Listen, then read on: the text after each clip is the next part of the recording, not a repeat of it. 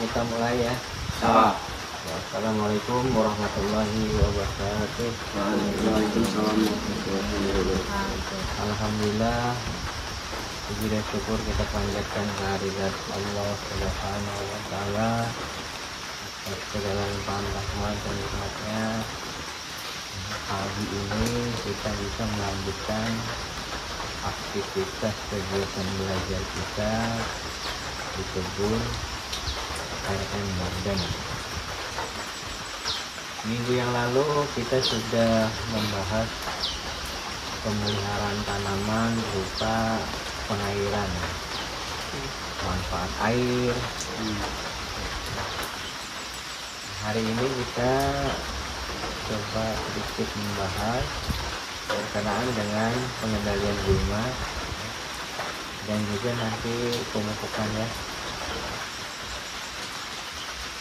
Jadi pengendalian gulma, pengertian gulma itu adalah tanaman,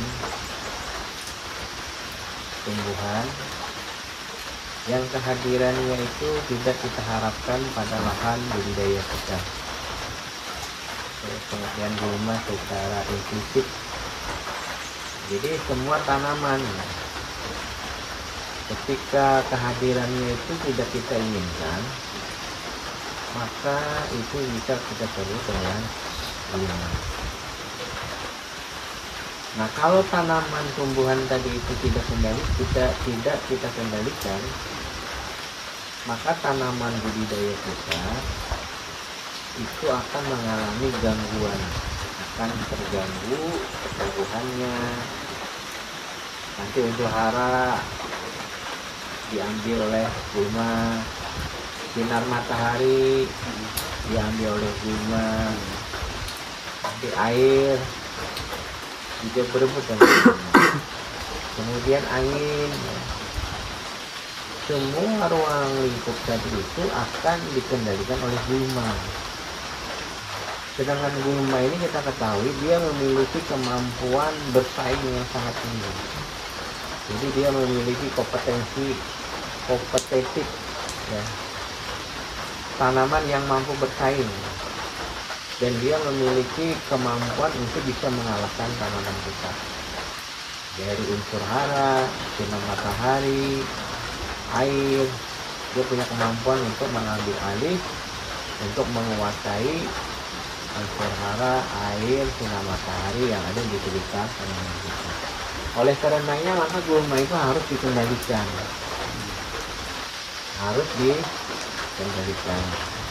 Nah, sekarang bagaimana cara mengendalikan gulma? Cara mengendalikan gulma itu ada beberapa macam ya. Yang pertama seperti kita lakukan kemarin ya, pengendalian gulma dengan melakukan pengolahan tanah. Jadi maksudnya di sekitar tanaman kita itu kita cangkulin gulmanya, kita garuk, kemudian kita bumbun tanaman kita. Pada saat kita mengendalikan gulma itu sekaligus kita membumbun tanaman utama kita. Jadi menggunakan alat cangkul, menggunakan alat apa kemarin nanti yang itu tuh, yang kecil itu apa namanya? Selain cangkul, Gunting. bukan apa Rena? Oh yang Ya, penyebutannya. apa namanya? Kayak bening loh. Bukan. Yang kecil. Ya, yang kecil itu. Jadi seperti alat yang sudah dimodifikasi mampu untuk mengendalikan gulma. Jadi gulmanya dikerok-kerok gitu ya. Kemudian tanahnya kan jadi gembur ya. Nah, dibumbunkan pada tanaman utama kita. Jadi bisa dengan pengolahan tanah atau dengan menggunakan cangkul membersihkan bunga yang ada di sekitar tanaman kita. Nah, untuk tanaman-tanaman kita yang durian, rambutan, mulai, menggoda, manggis, itu kita kendalikan gulmanya 1 meter ke kiri, 1 meter ke kanan, jadi lingkar ya, piringan ya, itu piringan, itu semua dibersihkan. Nah, kemudian setelah 1 meternya ke luar, itu kita tebas. Nah, kita tebasin. Ada yang tahu seperti itu, kenapa harus seperti itu? Tadi tahu nggak kenapa yang di dekat tanaman kita, batang utama harus dibersihkan, kemudian setelah 1 meter keluar itu dibiarkan, maksudnya tidak dibabat habis tapi dikendalikan. Mungkin biar nutrisi sama airnya bisa masuk ke dalam tanah Ya, mungkin biar nutrisi sama airnya bisa masuk ke dalam tanah. ya, jadi fungsi kita itu, jadi dengan tanaman gulma yang ada jauh dari pertanaman kita, itu kan tanaman utama kita bersihkan di situ, jadi akar itu mampu menyerap unsur hara yang kita berikan pada tanaman kita. Nah, jarak kurang lebih 2 meter itu kita bersihkan. Itu tujuannya supaya tanaman-tanaman, tumbuh-tumbuhan yang tadi gulma tadi itu mampu mengikat air. Jadi air di dalam tanah itu tidak mudah hilang, tidak mudah melakukan penguapan. Paham ya? Jadi fungsi gulma yang kita tebaskan itu tidak kita habiskan, itu bagian daripada cara kita mempertahankan kondisi air tanah kita supaya tidak cepat hilang. Paham dah ya?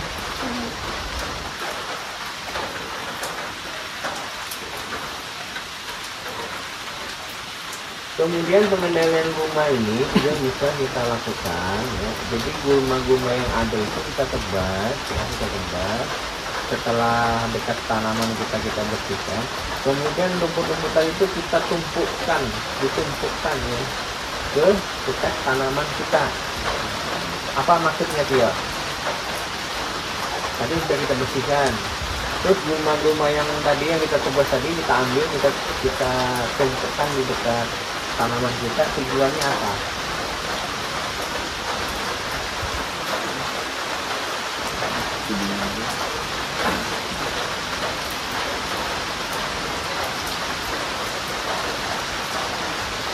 Apa sih tujuannya nih?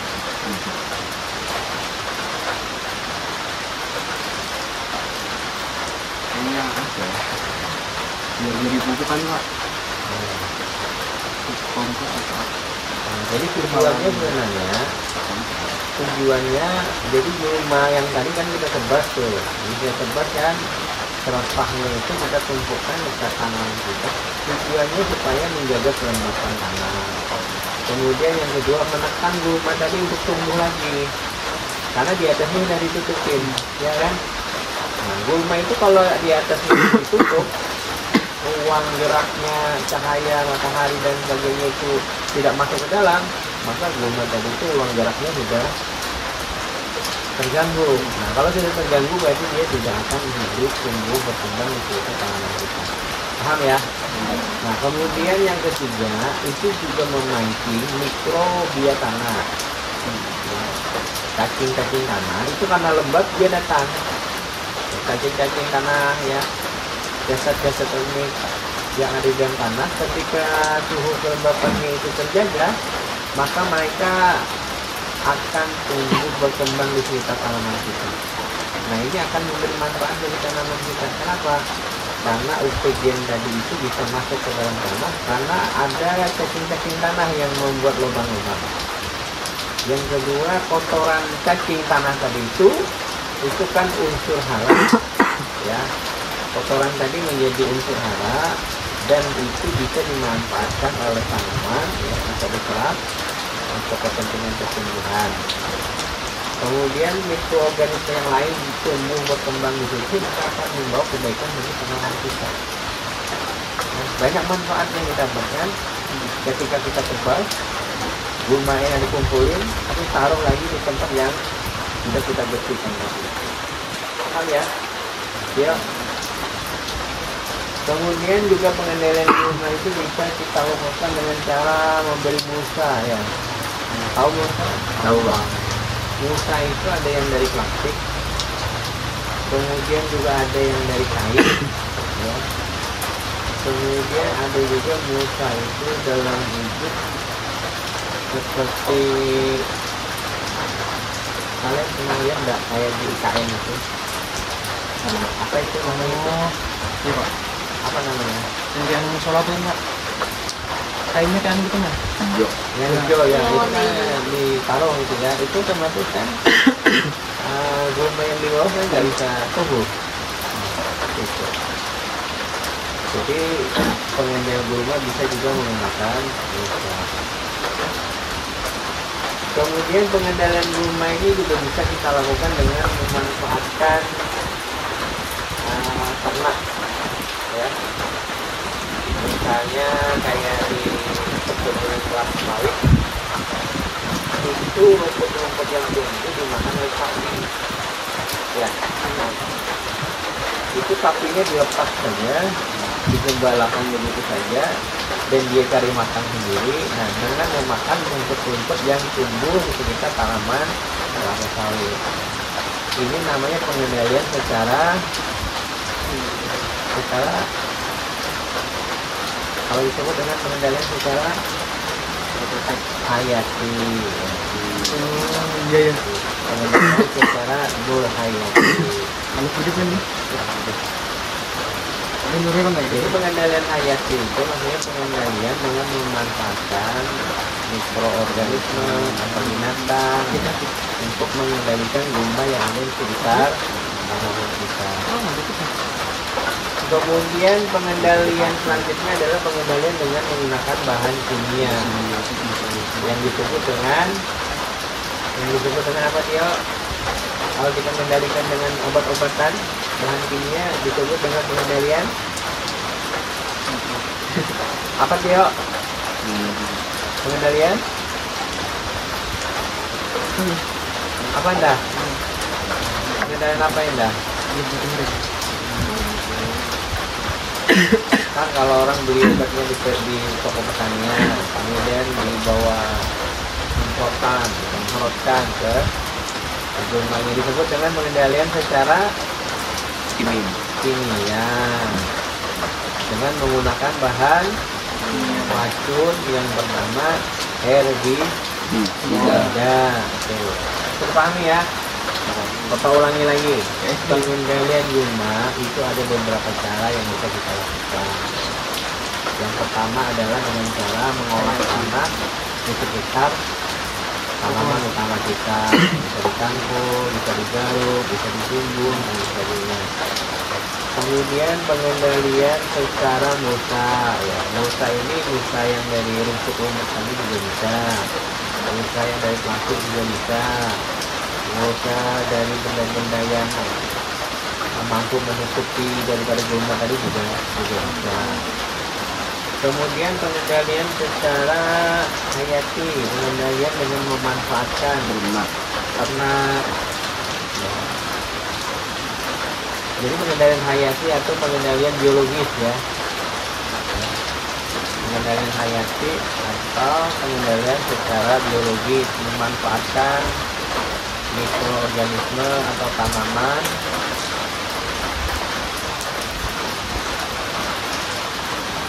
misalnya seperti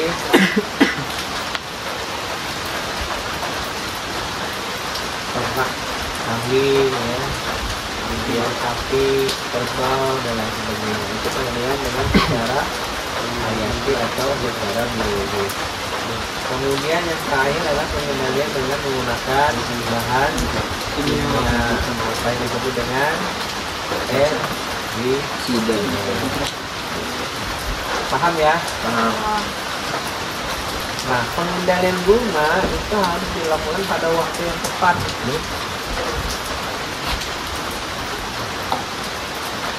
Jadi mengendalikan gulma itu pada waktu yang tepat, pada saat yang tepat mengendalikan gulma. Karena kalau kita mengendalikan gulmanya pada saat yang tidak tepat, tanaman kita sudah dalam keadaan payah itu baru dikendalikan. Sudah rimbun. Nah, rimbun, sudah robot. Maka pengendalian gulma tadi itu tidak memberi manfaat bagi tanaman kita. Jadi pengendalian gulma itu dilihat waktunya, jangan sampai gulma tadi sudah menutupi tanaman utama kita, tanaman budidaya kita. Paham ya? Makanya kita lihat kalau di kebun itu gulmanya itu sudah banyak, dibuktikan. Jangan nunggu dia yang menguasai tanaman kita.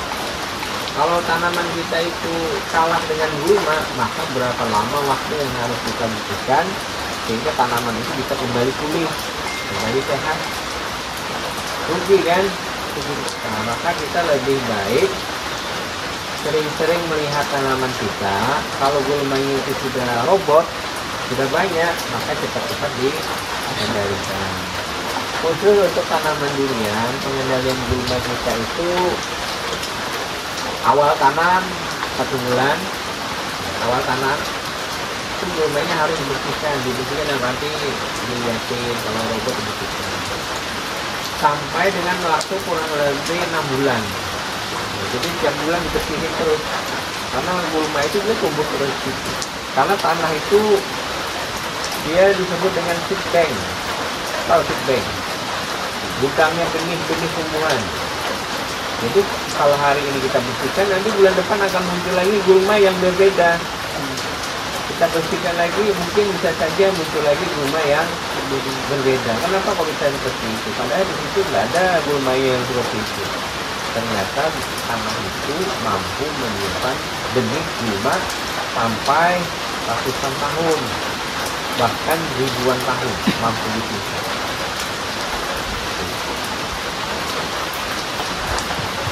Paham ya? Nah sekarang kan orang mau enak ya, mau cepat ya, pengendalian dengan bahan kimia. Kalau saran Bapak, pengendalian dengan cara kimiawi itu diperbolehkan asalkan jadi ada aturannya ya, ada prosedurnya.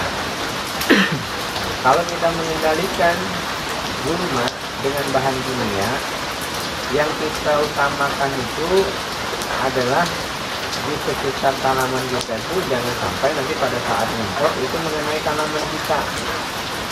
Paham deh? Jadi dibersihin dulu pakai tangan, pakai manual. Baru kalau mau nyemprot dengan bahan kimia yang jauh daripada tanaman kita dari itu. Karena kalau dekat-dekat nanti airnya terkena tanaman kita menjadi mati. Paham ya?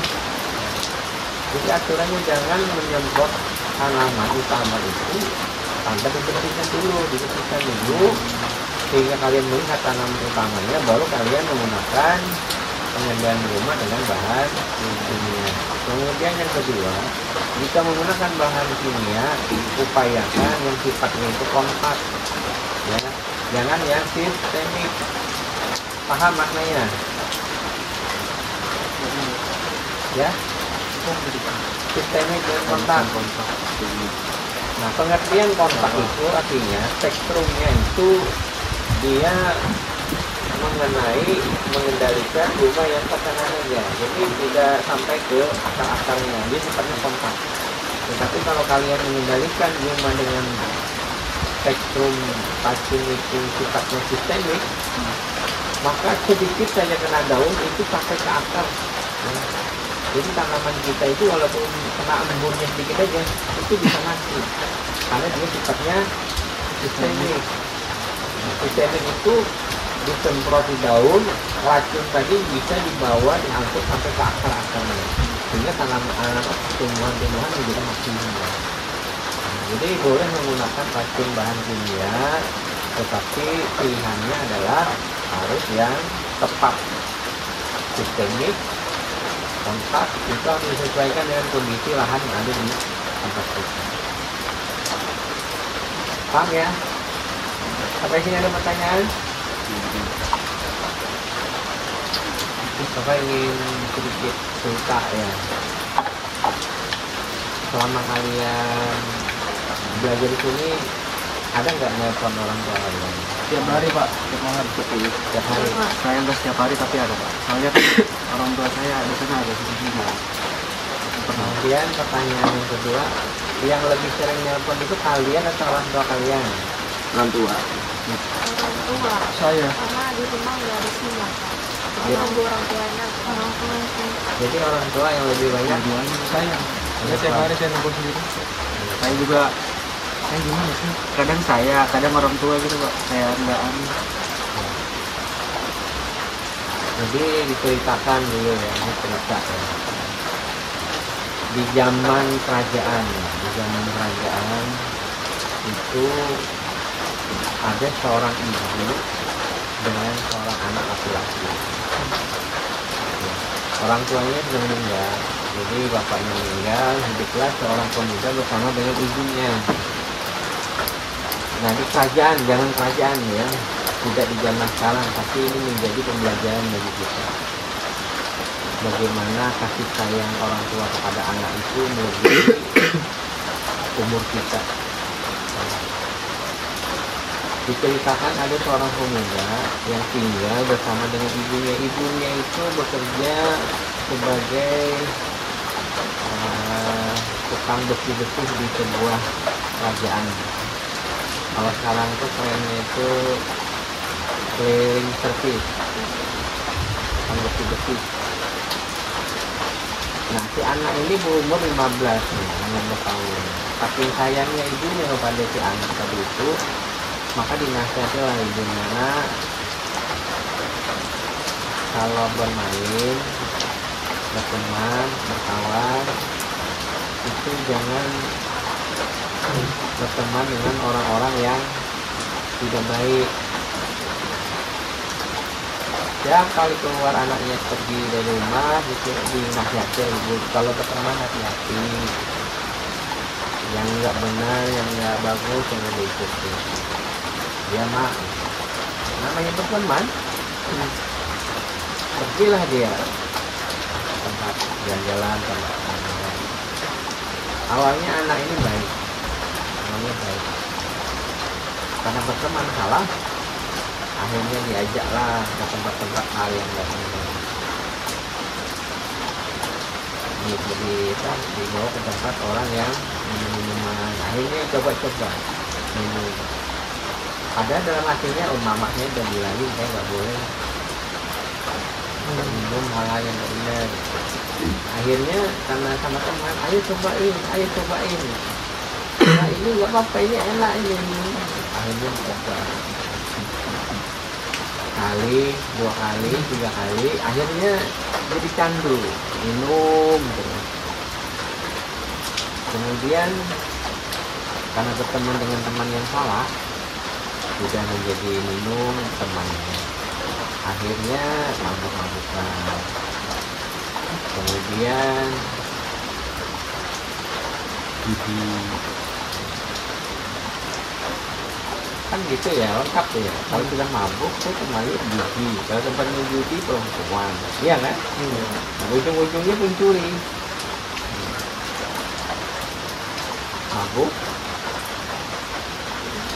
kemudian berjudi, curi wanita, kemudian ujung-ujungnya nggak punya uang, akhirnya mencuri.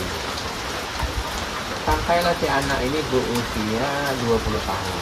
Jadi ibunya selalu menasihati, selalu mengingatkan. Ketika pulang dari rumah itu mulailah kecium bau alkohol.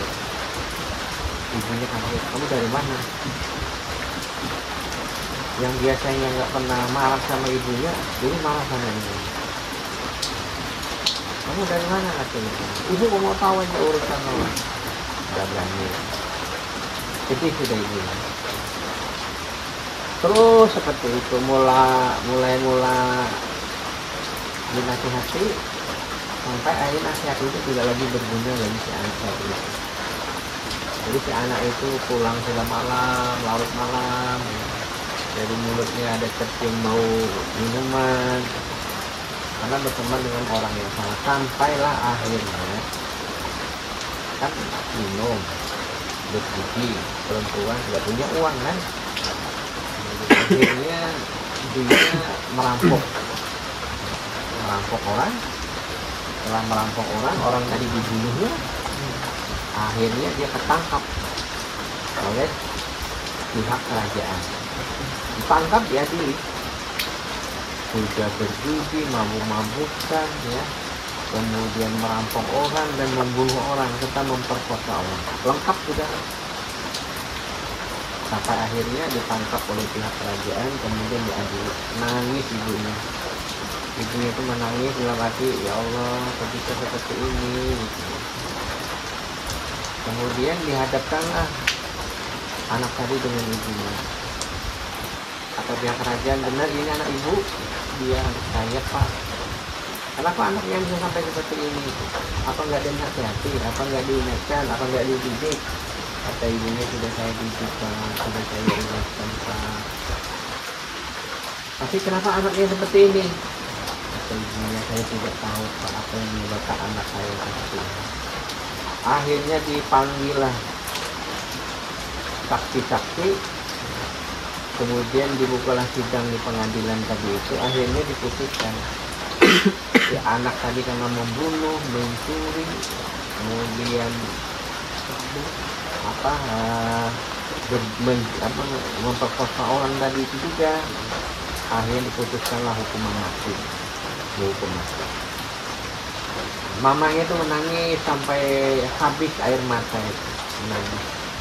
Apa yang salah pada diri saya, kata mama ini. Saya sudah nasihati, saya sudah didik, saya sudah bimbing, saya sudah arahkan, tapi kenapa seperti ini? Menangis mamanya. Sampai akhirnya diputuskan oleh pengadilan, si anak ini harus dihukum mati besok. Artinya tuh nanti dengan jangka waktu 1 bulan ke depan, mamanya, anak tadi itu akan dihukum mati, dihukum gantung. Mamanya juga pak? Mamanya kan diberitahukan kalau nanti anaknya nanti dihukum mati dengan digantung di alun-alun seperti itu. Kita cerita mamanya memohon kepada raja, karena mamanya bekerja di kerajaan tadi sebagai orang yang membersihkan kerajaan. Kemudian dia menghadap raja, wahai raja, bisakah engkau menolong saya? Kata raja, apa yang bisa saya bantu? Diceritakan oleh ibunya bahwa anak saya melakukan sebuah kesalahan, dan pihak pengadilan kerajaan itu memutuskan bahwa anak saya harus dihukum mati dengan digantung di alun-alun. Kata raja, maaf ibu, kesalahan itu terasa berat bagi pihak korban, sehingga pengadilan memutuskan harus dihukum mati. Kata ibunya, bisa nggak Pak wahai raja, bisakah yang dihukum mati itu saya aja, anak saya jangan dihukum mati. Kalau saya dihukum mati karena saya memang usia sudah lanjut, kalau anak saya masih muda, biar yang dihukum mati itu saya aja. Kata raja, di kerajaan ini wahai ibu, tidak ada hukum itu berpindah kepada orang yang tidak bersalah. Siapa yang bersalah maka dialah yang akan dihukum. Menangis ibu tadi sampai kering air mata. Akhirnya hari yang ditunggu-tunggu, hari yang dipastikan bahwa anak ini akan dihukum mati. Jadi di alun-alun itu kan ada tali pengikat ya, tali pengikat ke leher orang yang dihukum gantung itu panjang ke sana. Jadi kalau sana itu ibarat orang itu ada tali panjang sana. Nah, ketika di kerajaan itu ada hukuman mati itu, lonceng tadi itu berbunyi tung tung tung gitu ya. Jadi yang narik itu adalah algojo di sini. Jadi algojo itu narik tali itu, kalau tali itu ditarik, jadi itu kan ada seperti pengikat. Jadi lonceng itu menghantam ke sini, maka tali itu yang ke bawah itu jatuh, yang diinjak itu jatuh. Paham ya? Jadi tali yang menggantung si pemuda tadi itu sambung ke lonceng berbunyi itu. Jadi ketika ditarik, loncengnya itu plek, maka ini tadi itu lepas, maka tergantunglah si anak tadi itu. Paham ya? Nah, pada saat diputuskan oleh pihak pengadilan hari ini Fulan telah melakukan kesalahan, dia bermabuk, dia merampok, kemudian dia menyinahi korbannya, sampai akhirnya diputuskan dia harus dihukum mati. Hari ini adalah hukuman yang tepat bagi dia untuk menebus kesalahan. Dibacakan semua tuh kesalahan-kesalahan. Sehingga kata Al-Ghazali, hari ini kita saksikan hukuman yang pantas bagi seorang pemuda tadi adalah hukuman mati. Jadi ditariklah tali yang ke lonceng tadi itu, tapi nggak bunyi, nggak ada bunyinya. Jadi si anak tadi itu belum terikat, maksudnya itu terikat cuma nggak bisa jatuh karena ini lonceng tadi itu nggak menyentuh yang buhul pengikat. Tiba-tiba tali ini dari atas itu kok nggak bunyi, kenapa? Padahal harusnya ditarik itu sudah jatuh. Ternyata mengucurlah darah dari atas tali tadi itu mengenai anaknya. Kaget semua, kok bisa? Kenapa darah mengucur dari atas? Dilihat. Jadi kata orang, coba lihat apa yang menyebabkan ada darah keluar dari tali. Ternyata di situ ibunya menggantung supaya yang ketika itu mengenai itu kan anaknya yang akan tergantung mati kan, tapi ibunya mengganjal dirinya supaya anaknya tadi itu tidak mati, ibunya yang akhirnya mati karena lonceng tadi itu. Dengan sebuah surat yang dititipkan, bahwasanya surat ini, wahai raja, biarlah saya yang menebus kesalahan anak saya, tolong bebaskan anak saya dari kematian. Akhirnya si anak tadi itu dengan isyarat yang diberikan oleh pengadilan, akhirnya anaknya dibebaskan, ibunya penebus daripada anaknya. Kita bisa bayangkan ya, kasih sayang orang tua itu, terutama ibu, itu sepanjang zaman filosofinya ya, bahasanya itu kasih orang tua itu sepanjang zaman, sepanjang kehadiran kalian. Tapi kasih kalian kepada orang tua itu ada waktunya. Sepertinya itu kita sampai kapanpun ya, untuk membalas kebaikan orang tua itu tidak akan pernah bisa. Paham dah?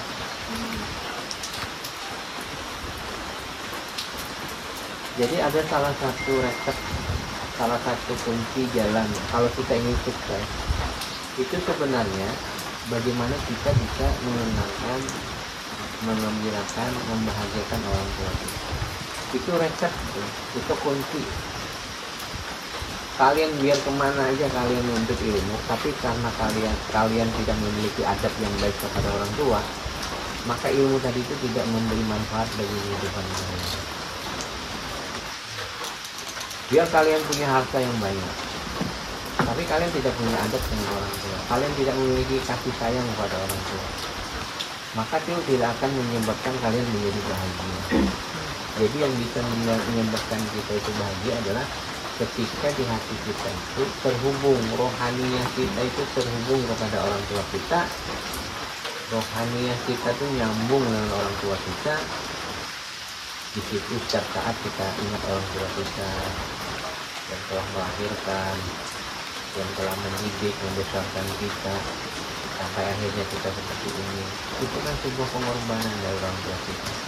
Nah, kalau kita ingat pengorbanan tadi itu berarti kita kan ingin membalas kebaikan mereka. Nah, kebahagiaan itu sebenarnya gampang. Ketika kalian bisa membahagiakan orang tua kalian, maka disitulah Allah akan berikan kebahagiaan kepada diri kalian. Tapi ketika kalian tidak membahagiakan orang tua kalian, maka di situ juga Allah akan ciptakan kesengsaraan yang pasti akan kita jalani di dunia sampai. Paham Tio ya? Kita itu hidup hanya sekali Tio. Orang tua kita itu dengan kasih sayang berharap supaya kita menjadi lebih baik daripada mereka. Mereka itu ingin kita itu bahagia. Mereka itu ingin supaya kehidupan kalian itu jauh lebih baik daripada kehidupan yang mereka alami saat ini. Kalau kita ingat kebaikan orang tua kita tadi itu, maka jangan sakiti hati mereka. Jangan kecewakan harapan mereka. Buat mereka senang, buat mereka bahagia. Karena kata Nabi, ridullah itu walidah. Ridhonya Allah itu terletak di ridhonya kedua orang tua kita. Kalau orang tua kita itu ridho dengan keadaan kita, maka Allah mudah membahagiakan kehidupan kita.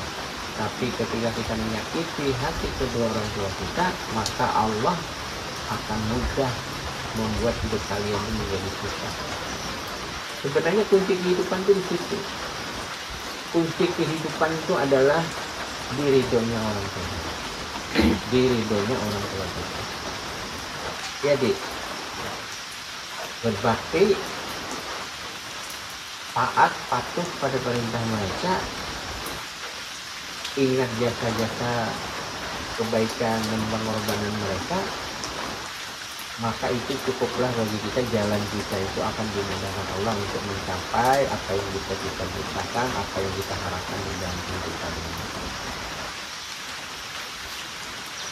Oke, Tio ya, berjanjilah di dalam dirimu untuk bisa menyenangkan orang yang selama ini banyak kita susahkan. Kita nggak punya uang, mak, minta uang. Ada uangnya, nggak tahu untuk apa. Mak, kirimin saya uang, saya mau beli buku. Belum tentu dibelikan untuk buku, dibelikan kota, dibelikan pulsa. Ya, kasihan orang tua ya. Balas kebaikan mereka itu dengan sesuatu yang membahagiakan hati dan pikiran mereka. Insya Allah hidup kita akan bahagia di dunia sampai hari ini. Berbuat baiklah kepada mereka yang telah berkorban banyak untuk kehidupan kita.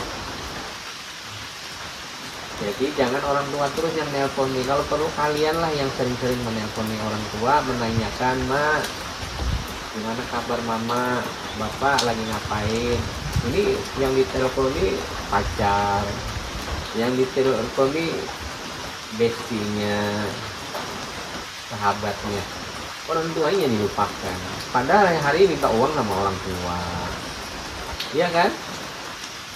Seharusnya orang tua lah yang banyak-banyak diteleponi. Mama lagi ngapain? Masak ya? Iya, lagi masak. Itu cerita apa? Oke, bentar dan lagi. Mama ngapain? Mama cucian. Udah pernah lagi. Mama ngapain? Mama lagi bersih-bersih. Bilang mamanya ini tumben menelpon terus. Kayaknya minta kiriman kayaknya. Enggak, mak. Cuma kangen sama mama. Pernah lah ngungkapkan, mak, aku tuh kayaknya kangen betul sama mama. Pernah, Pak. Tiap malam, Pak. Tiap malam. Itu kalau mama kan nggak nelpon tuh rasanya gimana gitu. Bisa deh, bisa membahagiakan hati orang tua. Kalau kita tuh memperhatikan mereka tuh rasanya tuh senang gitu ya, bahagia. Itu sudah cukup bagi kita membalas kebaikan yang telah mereka lakukan ke kita. Oke, sampai sini ada pertanyaan? Ada pertanyaan tidak? Alhamdulillah tidak. Mengenal Paham, Pak. Adik Alhamdulillah cukup, Pak. Nur Indah Bikin. kan bapak satu, bahagiakan orang tua kalian, Amin. maka Allah akan bahagiakan hidup Kita. gembirakan hati orang tua kalian, maka Allah pasti akan gembirakan hati kalian. Kalau kalian menjadi anak-anak yang berbakti, anak-anak yang soleh, yang solehah, maka nanti insya Allah kalian akan ketemu jodoh yang soleh dan solehah. Maka insya Allah nanti anak-anak keturun kalian pun akan berbakti sebagaimana berbaktinya kalian kepada kedua orang tua. Saat ini kalian menanam, maka nanti kalian akan memanen. Tanamlah sesuatu yang baik, maka nanti kebaikan akan kalian dapat. Mungkin ini saja yang bisa Bapak sampaikan. Mohon maaf atas kekurangannya ya. Kita nunggu hujan reda, nanti kita praktek membersihkan lahan di sana sekaligus memupuk. Ya, baik. Membersihkan sekaligus mungkin itu saja yang bisa Bapak sampaikan. Mohon maaf atas segala kekurangannya. Perhatian anak-anak Bapak ucapkan terima kasih. Bapak akhiri wabillahi taufiq wal hidayah. Assalamualaikum warahmatullahi wabarakatuh. Waalaikumsalam warahmatullahi wabarakatuh.